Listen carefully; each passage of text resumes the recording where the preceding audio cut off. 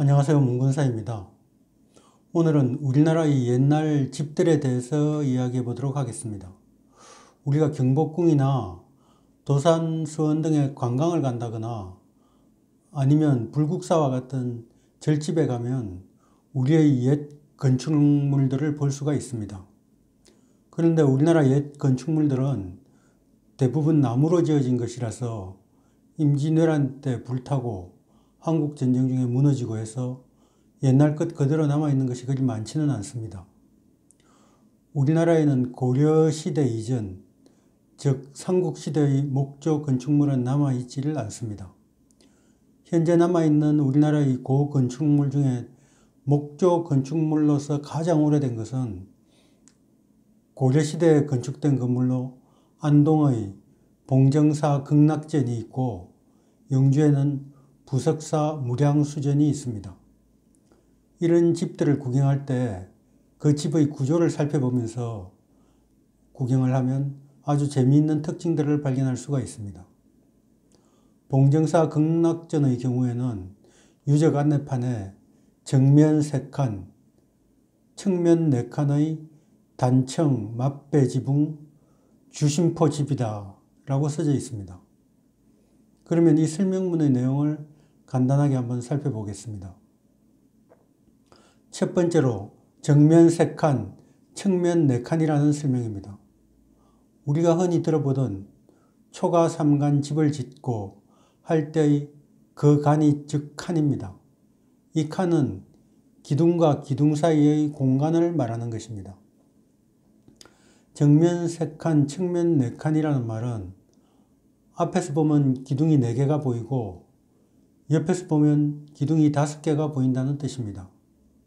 이 초가 3간은 기둥을 4개를 세우면 그 기둥이 구분하는 3개의 공간을 만들 수가 있습니다.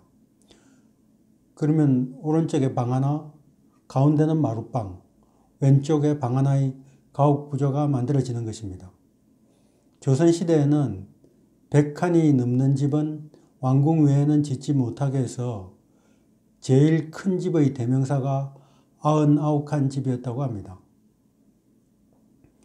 두 번째로는 맞배 지붕이라는 지붕에 대한 설명입니다. 기와를 올린 지붕을 만드는 방법으로 제일 많이 사용되는 방법이 3가지가 있는데 맞배 지붕, 우진각 지붕, 팔짝 지붕이라는 양식이 있습니다.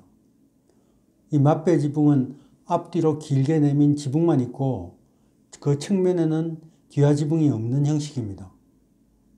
우진각 지붕은 앞 뒷면뿐 아니라 측면에도 전체에 기와를 올린 기와 지붕의 형식입니다.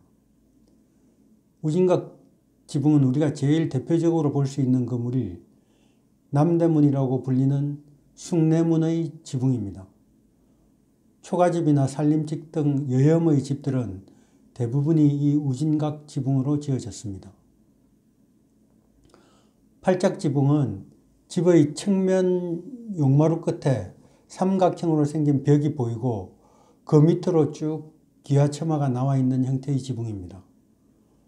보기에 위용이 느껴진다고 해서 궁궐이나 사찰의 주요 건물에 많이 사용된 지붕의 형태입니다. 이 지붕이 발전해온 형태는 맞배 지붕이 제일 먼저고 다음이 우진각 지붕, 그 다음이 팔짝 지붕의 형태로 발전해오지 않았을까 추측을 하고 있습니다.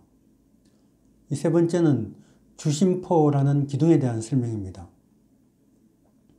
이 포는 지붕과 기둥 사이에 설치된 장치로서 이 지붕의 무게를 기둥으로 모이게 하는 역할을 하는 것입니다.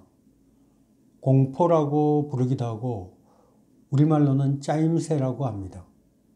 주심포는 이 공포가 각각의 기둥 그 머리 위에 하나씩 설치되어 있는 양식입니다.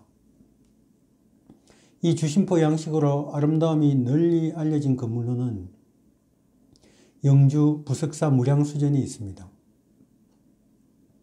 그 다음이 다포 양식인데 흔히들 다포집이라고 부릅니다. 공포가 쭉 연결되어서 지붕의 중량을 전체적으로 각 기둥으로 골고루 모이게 하는 양식입니다.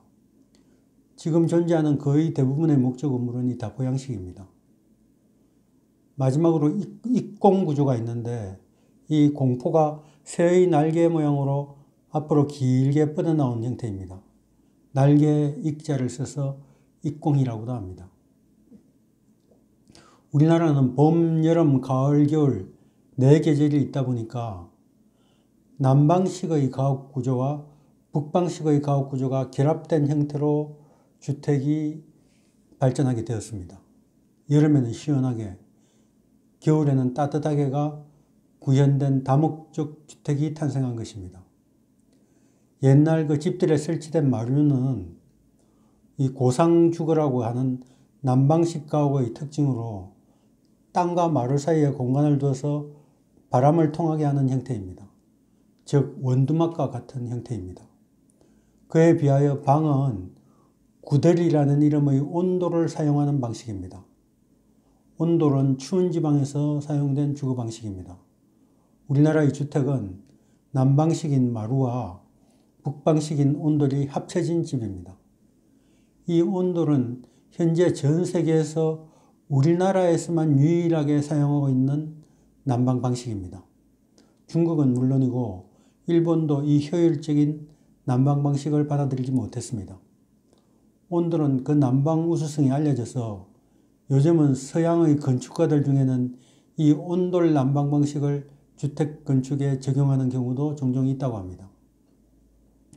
이 서양처럼 난로나 화덕을 쓰는 난방 방식은 이 더워진 공기는 위로 올라가는 성질 때문에 열 효율이 매우 낮습니다. 사람이 거주하는 바닥 부분은 춥고 천장 부분이 더워지는 것입니다. 또 그 장작이 타오는 거름 때문에 코가 새까매지고 연소 과정에서 산소가 아주 많이 소모되기 때문에 자주 환기를 시켜야 하는 등 굉장히 불편한 방식입니다. 이 서양의 침대들을 보면 높이가 매우 높은 것이 많습니다. 바닥에서 조금이라도 높아야 따뜻함을 느낄 수 있기 때문입니다. 또 유럽 영화 등을 보면 잠을 잘 때 머리에 털모자를 둘러쓰고 자는 모습을 종종 보게 되는데 우리가 볼 때는 잘 이해가 되지 않는 장면입니다. 이 수면 모자를 쓰는 이유는 방이 추워서 그런 것입니다. 프랑스의 왕은 잠을 잘 때 추위를 이기기 위해서 개를 7마리씩이나 이불 속에 넣고 같이 잤다고 합니다. 개는 사람보다 체온이 1, 2도 정도 높은 동물이기 때문에 따뜻할 수가 있습니다. 이 서양의 선교사들이 처음에 조선에 들어와서 우리의 주택 구조를 보고 느낀 것을 기록한 것을 보면은 한국 사람들의 집에는 출입문이 없다. 모든 사람들이 신발을 벗고 창문으로 드나든다 라는 기록이 있습니다. 우리 옛 가옥의 장지문이 그들의 눈에는 창문으로 보였던 것입니다.